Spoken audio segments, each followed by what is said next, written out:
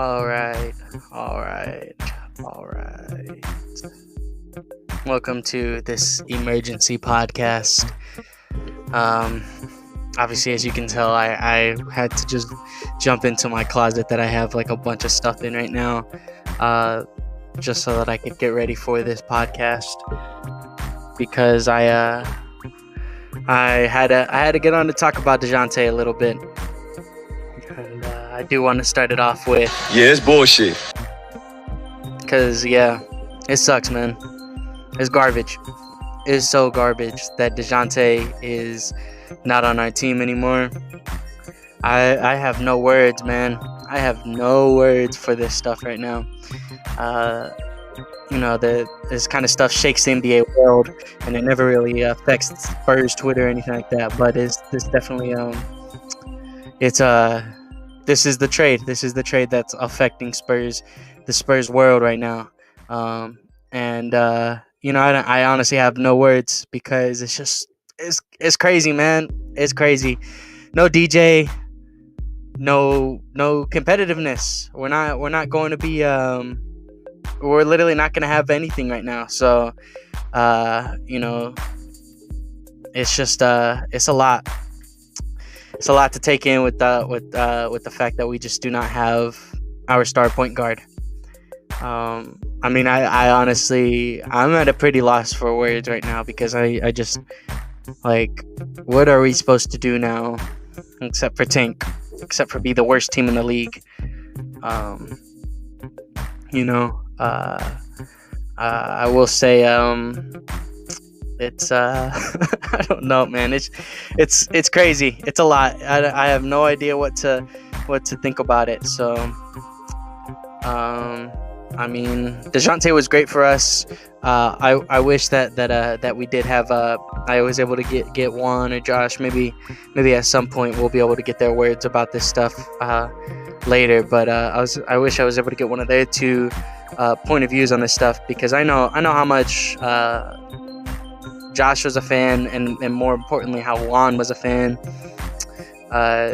Just on the aspect of if like DeJounte was Juan's dude. He has all the DeJounte jerseys. He was our point guard for the last couple years, so I know Juan was a huge fan of him. I was a huge fan too, but even on this podcast, if you go back to the earlier episodes, pretty much right after the bubble and all that kind of stuff, I'm not exactly high on DeJounte. I was never super high on him until he kept proving me wrong. And I quickly turned in from my DeJounte hate into my DeJounte love, and appreciated him for everything that he did. But now he's gone again, and I have no idea what to think.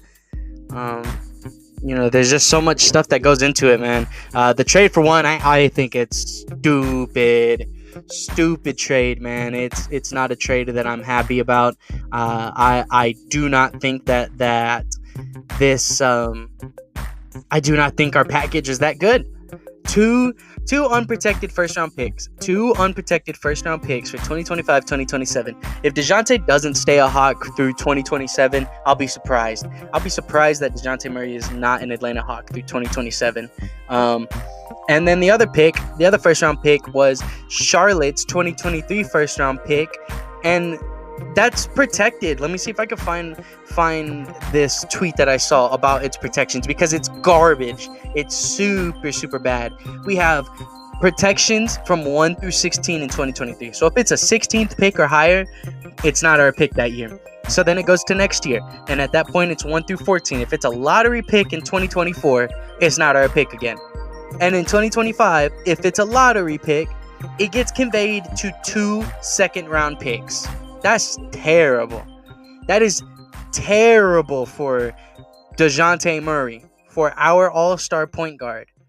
A pick that we don't even know is going to be ours next year, that if Charlotte's going to suck, if it actually has value, then we're not going to get much of anything, like, at all out of that one pick right there. And it's like, why would you trade that? then 2025, 2027, sure. Maybe if DeJounte Murray and Trey Young just apparently fall off a cliff by 2027, bam, there it is. There's our top lottery pick that we got. That's so dumb. That's so dumb. I do not want to wait 5 years to see if my pick is going to give anything. Like I don't care, man. I care about the Spurs now, not the Spurs in 5 years. I care about the Spurs in 5 years. Wait, yeah, I'll care about the Spurs 5 years down the road, 5 years down the road. That's when I'll care about that San Antonio Spurs team. But for right now, I care about the Spurs that are now and the Spurs that are going to be here within the next year. And it's so whack. It's so whack for me. Mike Finger had just tweeted out saying that Greg Popovich did give his official blessing to the trade. Let's see, just to finish this quote, right? Can report that Greg Popovich gave his official blessing to the Murray trade, and while nothing is guaranteed, obviously, he is completely on board with coaching a bunch of kids next season. As a team source just told me, he's excited, like he's back at Panama Pitzer. Pop, you're crazy. You're crazy, Pop. I don't understand how they were able to do that. Maybe we can trade not John Collins. Maybe we can trade Danilo Gallinari for some other asset. Maybe. But he's on a big contract, so I doubt it. I'm pretty sure he's going to get waived, going to get bought out, whatever the case may be. And all it's going to be is one garbage first-round pick that probably turns into 2 second-round picks and 2 late first-round picks, as well as a pick swap. So, I mean, exactly, Chris. Exactly. We're banking on DeJounte Murray sucking as he's entering his prime, which is terrible. It's so terrible. I understand the premise of taking someone else's pick from like the idea of trading for Charlotte's 2023 first round pick, because Charlotte's 2023 first round pick that's not trading DeJounte to Atlanta is not going to help Charlotte out. But that doesn't matter because the protections on that pick are garbage. And it's just going to stay in Charlotte's hands, or it's going to be a bad first round pick, and it's not going to matter. And we're just going to get another role player that's not going to turn into an all-star. Like, DeJounte Murray has been one of few all-star players to get drafted in the late first round, and we decided to trade that away. And it's like, that's so terrible, man. That's so terrible. This is just going to be me rambling for 30 minutes about how us trading for DeJounte Murray is one of the worst things ever, because it should never have to be what we just did, man. I mean, like I have no idea what we're gonna be doing now. I don't know.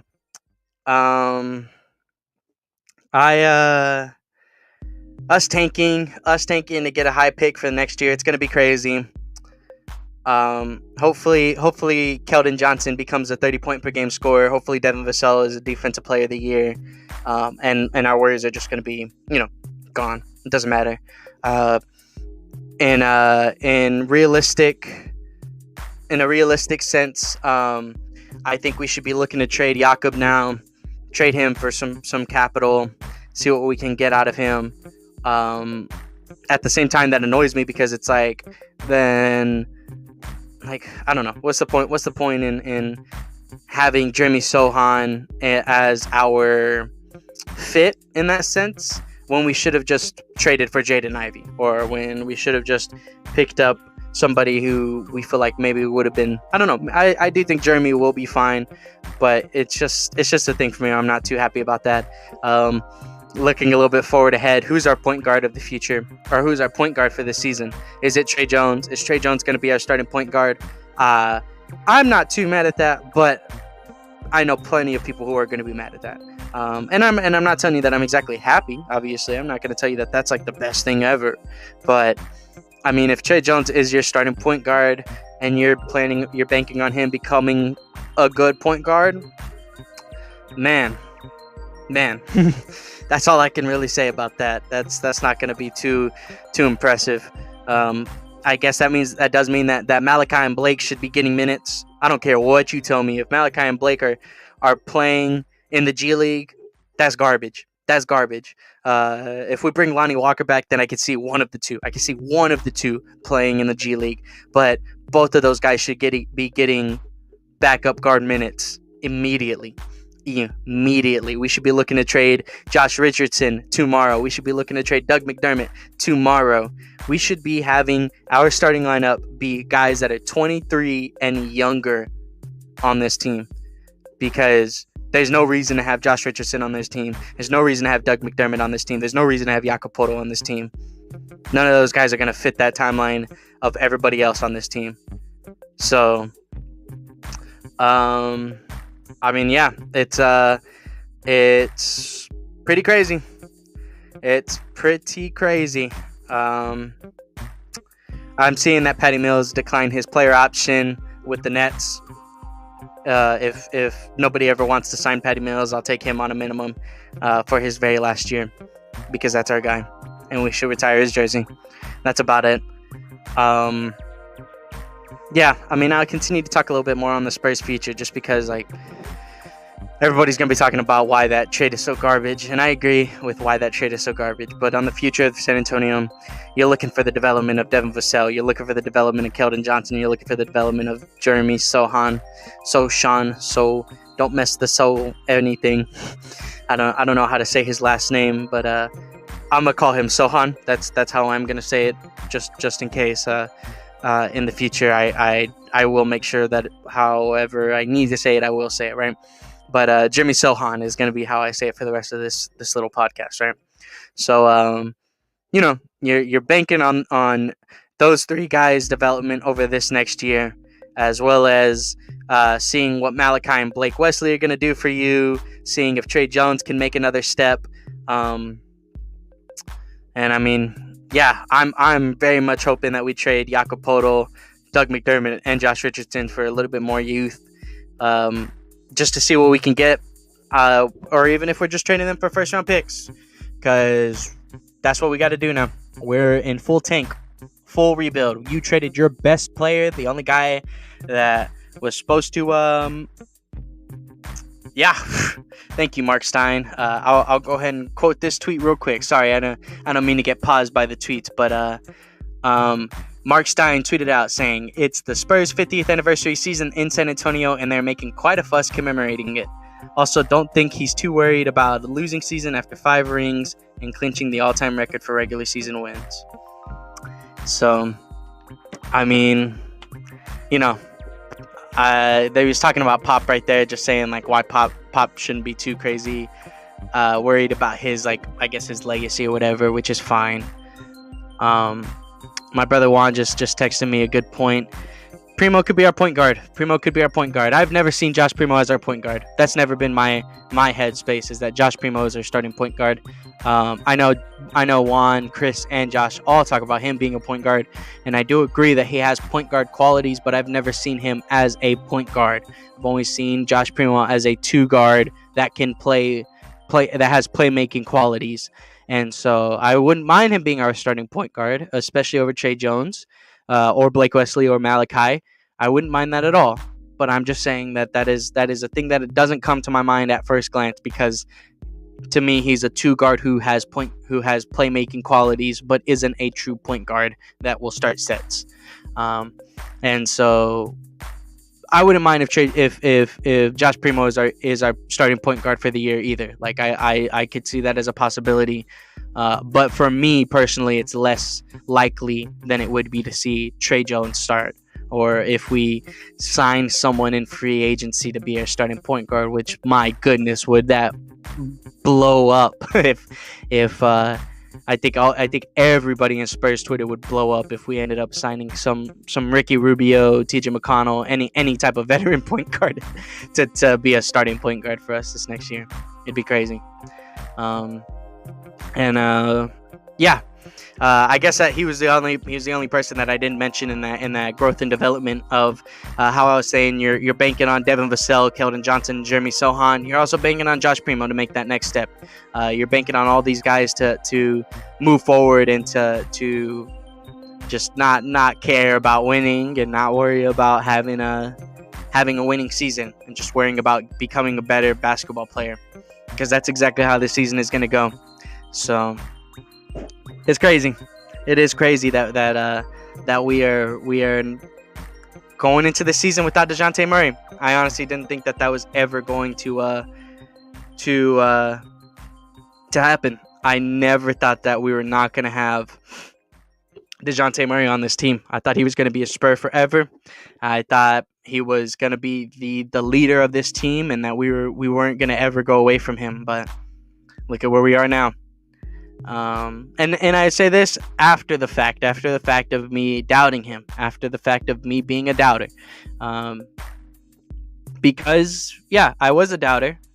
But now I've, in a sense, seen the error in my ways, seen the fact that DeJounte was that guy, and he continued to get better every year.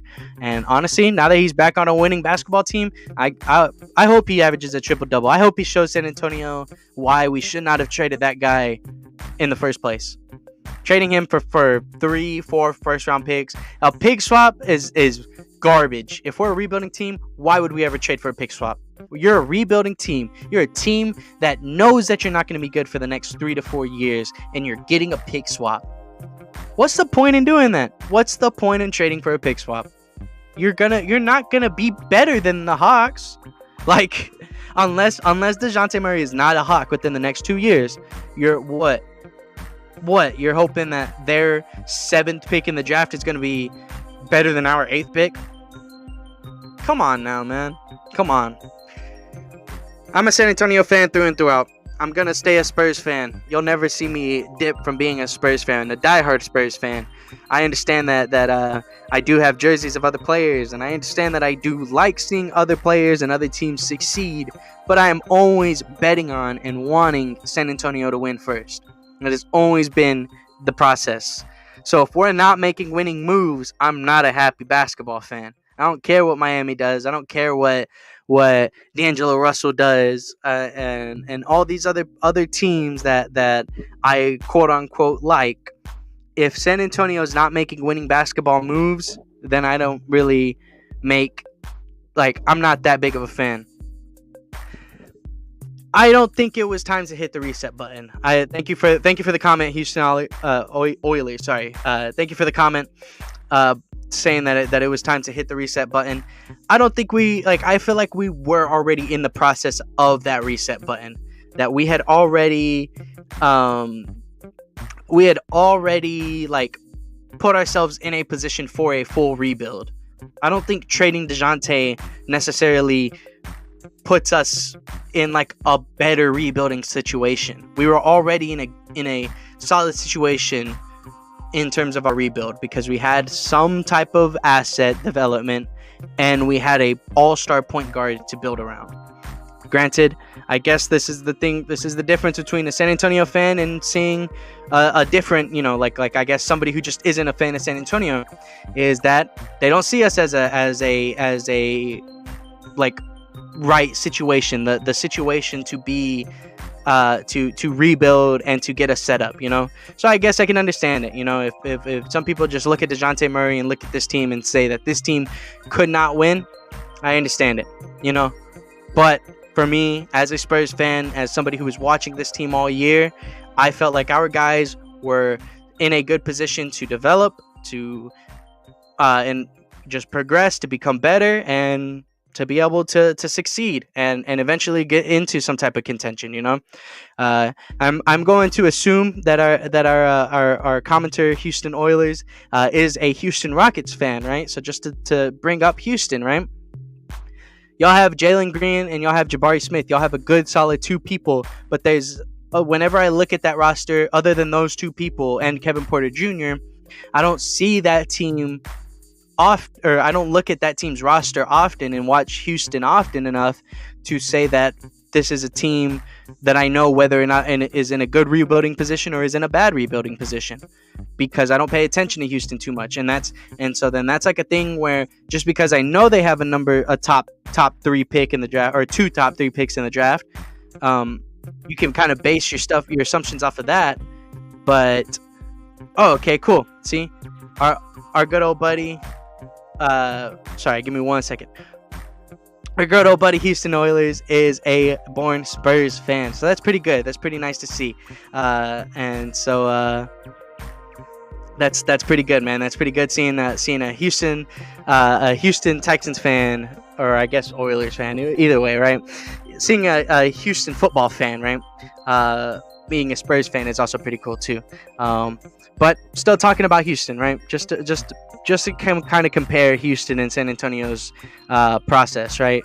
You look at the Houston team and you see the big names, but you don't look at anybody else on that team and think that they're going to be anything in special other than those guys. When people look at San Antonio, only see DeJounte Murray as an all-star. Don't look at Devin Vassell. Don't look at, honestly, Josh Primo, right? Josh Primo is the only other person.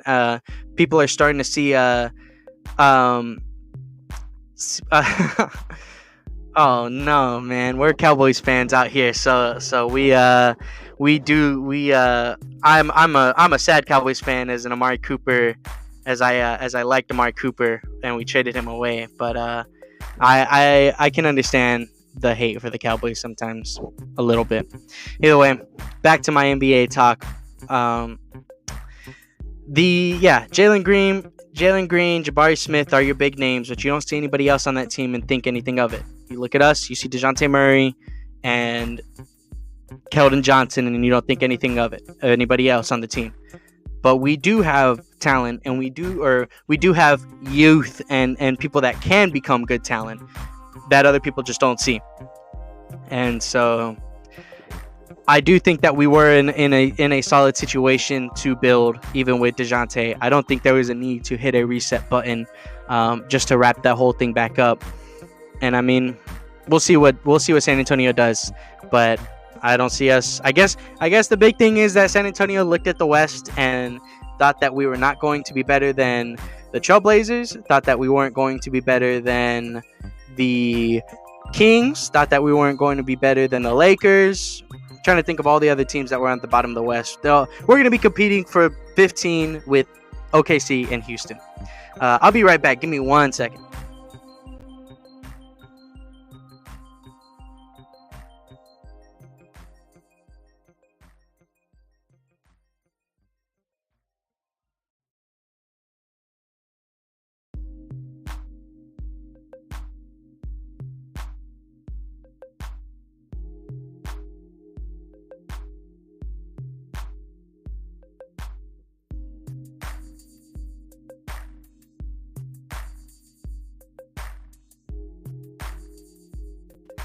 Okay, sorry about that. I'm back.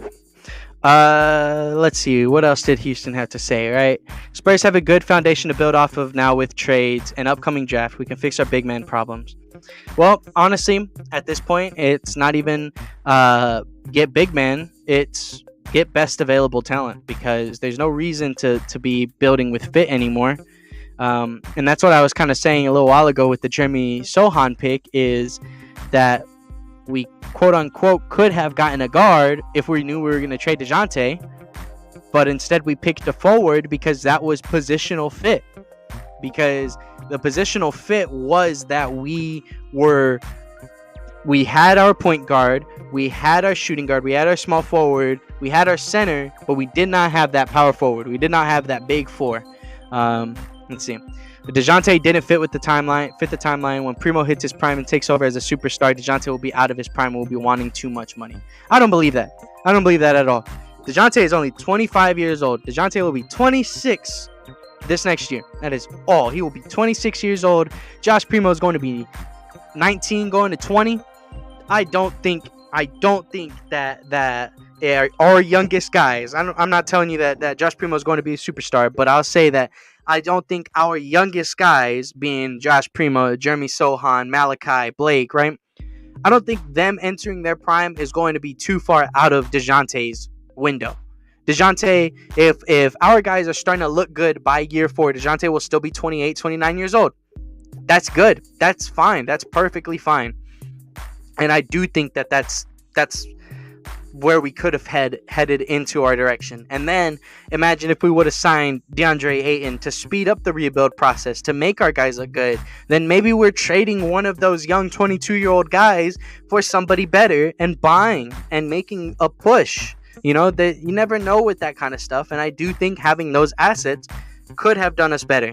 But yeah, I mean, we traded for more assets. We did get a lot of first round picks, which can be nice, but we don't know if it will be, and that's my only thing.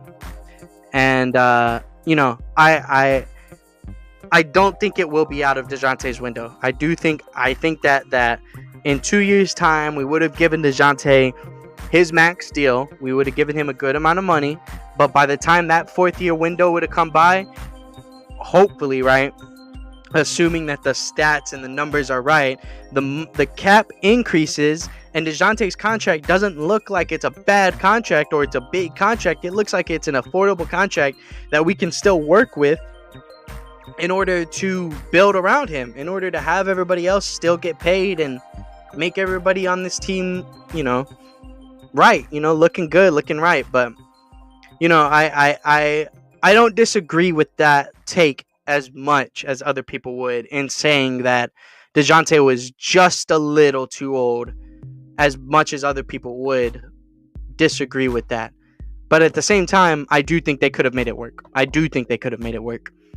And I don't think it would have been that bad.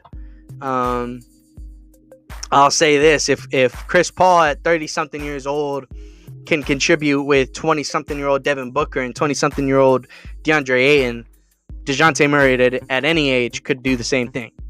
Now, not everyone's CP3. Not everyone will be able to do that at 37 years old.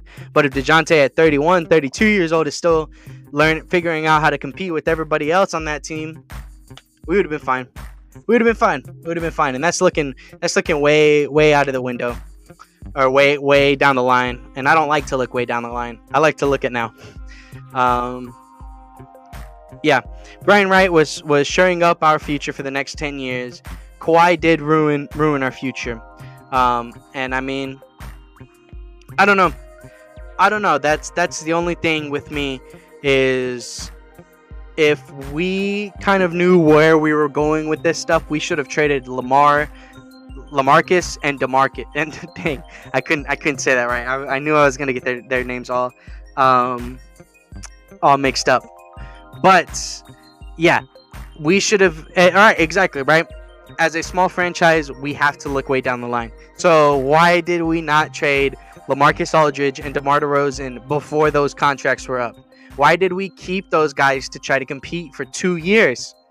As a small franchise, we should have traded both of those guys to ensure better picks, to ensure more picks, more draft capital. We only got, what, 1 first-round pick out of DeMar and 1 first-round pick out of Thaddeus Young, right? In terms of, we traded DeMar for Thad Young and a first-round pick, traded Thad Young for a first-round pick. So we traded DeMar for 2 first-round picks, and then we traded 2 late first-round, or 1 late first-round pick, and then maybe another late, maybe an early pick, but it has a lot of protections on it too. So who knows what's up with that DeMar pick, right? But 2 first-round picks for DeMar DeRozan and absolutely nothing for LaMarcus Aldridge, when we probably could have traded both of those guys for more capital. Not to mention the fact that we trade DeMar DeRozan in 2019 instead of letting him do a sign and trade in 2021. And now, instead of looking at Luka, or no, not Luka Samanic, who were our picks? I guess it's mainly, no, yeah, exactly, right? Instead of looking at Luka Samanic and Keldon Johnson with our, probably still looking at Keldon Johnson with the 29th pick, right? Because that was the Toronto pick. Instead of looking at Luka Samanic with the 19th pick in the draft, we're a lottery team without DeMar and LaMarcus. And we're looking at one of the top guys in the 2019 draft. We're looking at one of maybe Ja, maybe Zion, maybe, like, you know, these other guys in the 2019 draft with Keldon Johnson and DeJounte Murray that we could have been building up ever since. But no, we decided to keep DeMar, decided to keep LaMarcus, and now we don't even have Luka Samanic anymore. I guess, right, if Lonnie Walker gets a bigger role to develop, like it's just that we should have done things earlier. Like I kind of understand this, right? We were trying to do right by players. That is the old way of thinking. This is a new timeline for the Spurs and the Brian Wright Spurs. Brian Wright was our GM in time to trade those guys. I'm not giving any ifs, ands, or buts about it. If Brian Wright wanted to do this kind of stuff that he's doing with DeJounte, he should have been doing it ages ago. He should have been doing it years ago. So there's no excuses for that kind of stuff at all. And I understand trying to do right by your players, but what are we doing right by DJ with? Like, okay, send him to a good situation, good competing situation. What if DeJounte didn't want to get traded? What if DeJounte wanted to stay a San Antonio Spur? What are we doing now? What are we doing now that DeJounte Murray is not a San Antonio Spur because he doesn't, like, again, what's the point of doing right by the players if, one, DeJounte didn't even want to leave in the first place, but two, if we're just gonna sell ourselves short? Like, I don't care if doing right by LaMarcus and DeMar is good for the players. Like, I don't know. I guess I can kind of agree with this too, right? Probably didn't have the freedom or nod from Pop to do whatever he thought was right. And I can agree that it felt like Pop kind of had a stranglehold on the organization until this last year. And now Brian Wright has the freedom to do what Brian Wright wants to do. But it frustrates and annoys me that we had to do that with DeJounte right now instead of doing it with later. So let's see what Chris has to say, right? What message does it send to all of our young players who might want to stay here long term? Better not be one year too old. Yeah, exactly. That's definitely one thing too. I mean, what does that say to Devin Vassell, to Keldon Johnson, to the guys who have been here for the last 2 years, last 3 years? Like, what does that tell them? Yeah, that Keldon, if you're not this guy by the time you're 23, 24 years old, we're going to ship you off and we're going to get another 19-year-old who's not going to be anything better than you are. So, and that's why, like, I don't know. I just don't agree. I don't agree with the fact that we are, I don't agree with trying to trade our older guys right now because they're not even old. They're still young. They still fit with our timeline. So this team being in this quote unquote full rebuild finally is false because we've been in a rebuild for the last 2 years or for the last year. But I mean, either way, there's nothing we can really do about it now. There's nothing we can harp on with the trade. Nothing that we can do because it's happened. DeJounte Murray is not on this team anymore. We have all those picks. And like I said, I think the next thing to look forward to is to see what trades we're going to be doing with Jakob, with Doug, with Josh Richardson. Seeing and hoping for myself that we end up sending those guys out of this team before the season starts, because that's where I'm hoping that those guys don't start in a Spurs jersey this year. Like I said, without DeJounte, there's no reason for us to be trying to compete at all. No reason to have Josh Richardson. No reason to have Doug McDermott. No reason to have Jakob Poeltl on this team. We should just be looking to see what we're gonna get for those 3 guys before the season even starts. And yeah. When it's all said and done, chips are what matter, which is what we're building for, which is what we're trying to get to. So we'll see what Brian Wright has in store for us. We'll see what there can be done for this team. As of right now, when I think of like a depth chart, I understand. Okay, let's see what Chris says real quick. From a business standpoint, they just guaranteed the fans who weren't coming for 2 years stay home for another 3. And I don't know if I agree or disagree with that. I don't think we'll be. I don't know. It's hard to tell how this team is gonna look in 5 years because no team looks the same after 5 years, right? And I mean, yeah, it does kind of keep fans from wanting to go to basketball games for this year, especially now that we don't even have an all-star on our team. We just put ourselves in a situation where, yeah, we're going to be bad for a whole year, and we're going to see what's going to come up after next year. There you go, right? Our buddy PJ says that he's going to be courtside with his Primo jersey for $50 next year. And honestly, yeah, if tickets going to be that cheap, best believe whenever I'm down here for whenever I can be, I will be seeing how cheap these tickets are going to be so that I can be going same thing in my Devin Vassell jersey. To, I guess, look at the positives of the situation, if there is any, right? To look at the positives on the situation, I'm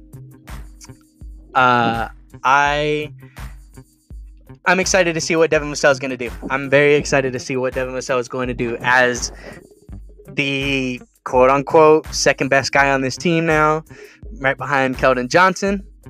We'll see what Devin Vassell is going to add to this team.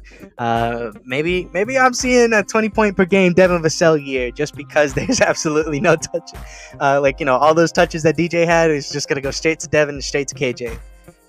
And my Devin propaganda gets to stay alive because I'm just gonna keep rooting for him and keep hoping that he ends up becoming the guy for our team. So we'll see what Devin Vassell does. We'll see what Keldon Johnson does for a year 4 jump.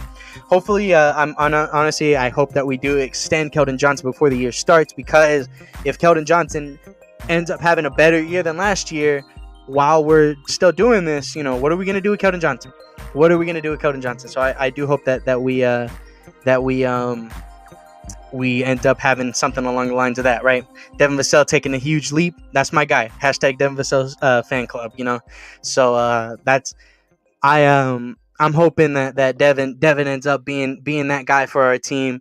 Hope that Keldon Johnson takes another good leap. Hope that Josh Primo in an extended role is going to look good for us, as well as our rookies that are coming in. Like I said, I really don't want to see any of them not get PT if we're not going to have DeJounte Murray or Lonnie Walker on this team next year. That's enough guard. Those two people not being on this team from last year opens up a lot of guard rotation minutes for guys like Malachi and Blake Wesley. So I do hope that those guys end up getting some good run this year. I guess I didn't even talk about this guy either, but we should move on from Zach Collins now. We shouldn't be looking. We should. Oh my goodness, Chris, don't leap too far. You might be gone. I don't know, man. I don't know. I don't know what we're gonna do about our bigs now. I agree with what the Houston Oilers commented earlier about saying, like, we do need to get bigs now. We do need to sign a young big. We need to get somebody. I guess if we pay Mo Bamba money now, then I won't be mad seeing him get starting minutes for our team. But we do need a big now. We need another 5. Because I don't want to see Jakob or Zach Collins on this team anymore. We're not competing. We don't need those guys anymore. So, sorry, Jakob. I love Jakob, by the way. There's no reason for me saying that I want to trade Jakob is not out of hate at all, because Jakob is too good for this team. Jakob should not have to play for a team like us right now. He should go compete and go do something for another team, because there's no reason for Jakob to just sit on a rebuilding team and not be one of the best defensive centers in the league.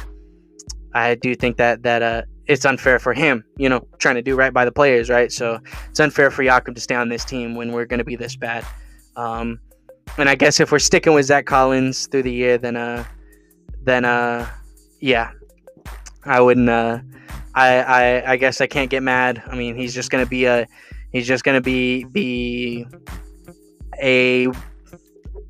starting center on one of the worst teams in the league.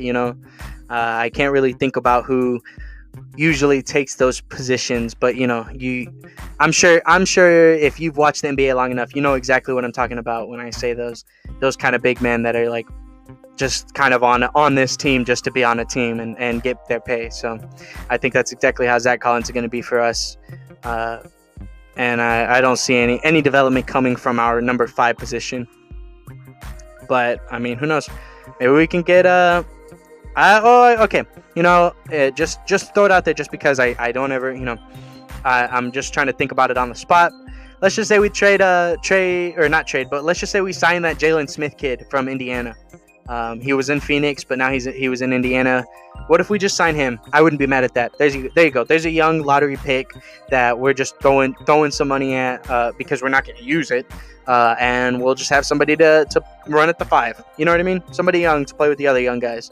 There, I wouldn't be. I mean, I'm mad either way, but I wouldn't be as upset if that was the direction that we went with this year, and we got that kid from Indiana, Jalen Smith. So. There's that kind of stuff that's going to happen.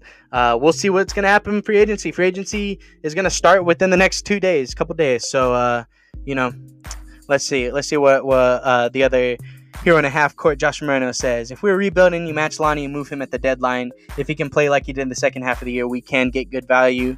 I don't know if we can get good value out of him. I think we can get somewhat value out of Lonnie Walker, but I wouldn't disagree with that. But at the same time, like I said earlier, I'd rather just see the other rookies play. I'd rather just see a guard rotation of Trey Jones, Josh Primo, Malachi, Blake Wesley, all those guys that are guaranteed on this team this next year. Just give them PT.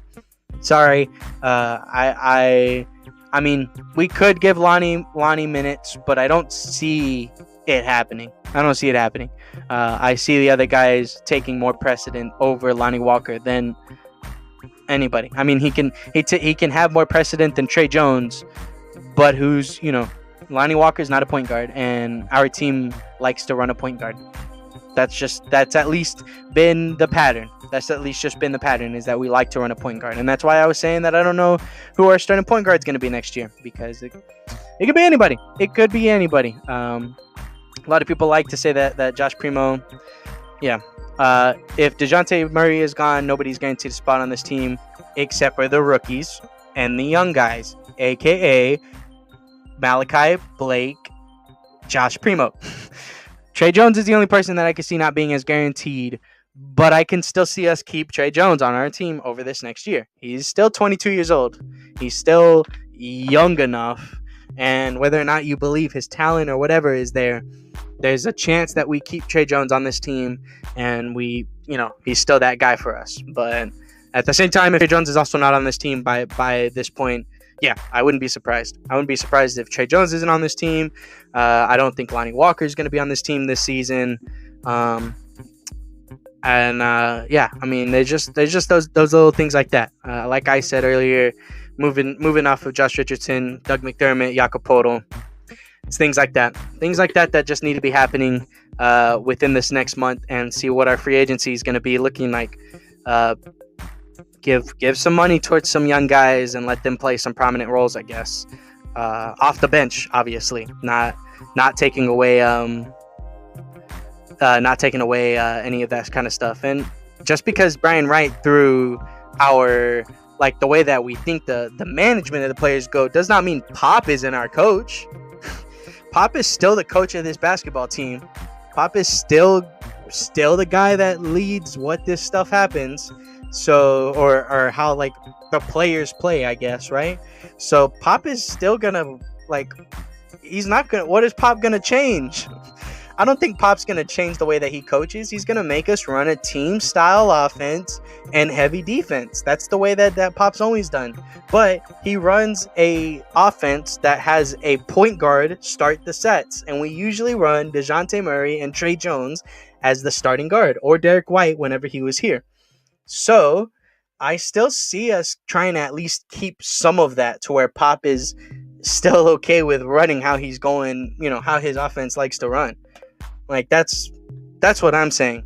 And again, like I said, there's still a chance that we don't keep Trey Jones. There's a chance that Lonnie Walker does come back. Now that we don't have DeJounte Murray, maybe we do keep Lonnie Walker and sign him to a little deal just to see what he's going to do. But who knows? We'll see. I think that's all I can really. I think this is all I can really come on and say I've talked about this trade and what it can do for 45 minutes. By all means, if you have anything to talk about and say with the DeJounte Murray trade, you can tweet at us at Heroes Half Court, or you can comment down below and we'll respond to you the best way that we can. But if I'm pretty sure for the most part that we'll all be on our respective Twitter accounts. Chris usually is the one that responds from the at Heroes Half Court Twitter account. I know if you look at the description down below, you'll see where my Twitter is, you'll see where Josh's Twitter is, you'll see Juan's Twitter. If you do want to add us and talk about the DeJounte trade or just any Spurs talk in general. But in that time, I guess the only other thing that there's to talk about is Summer League.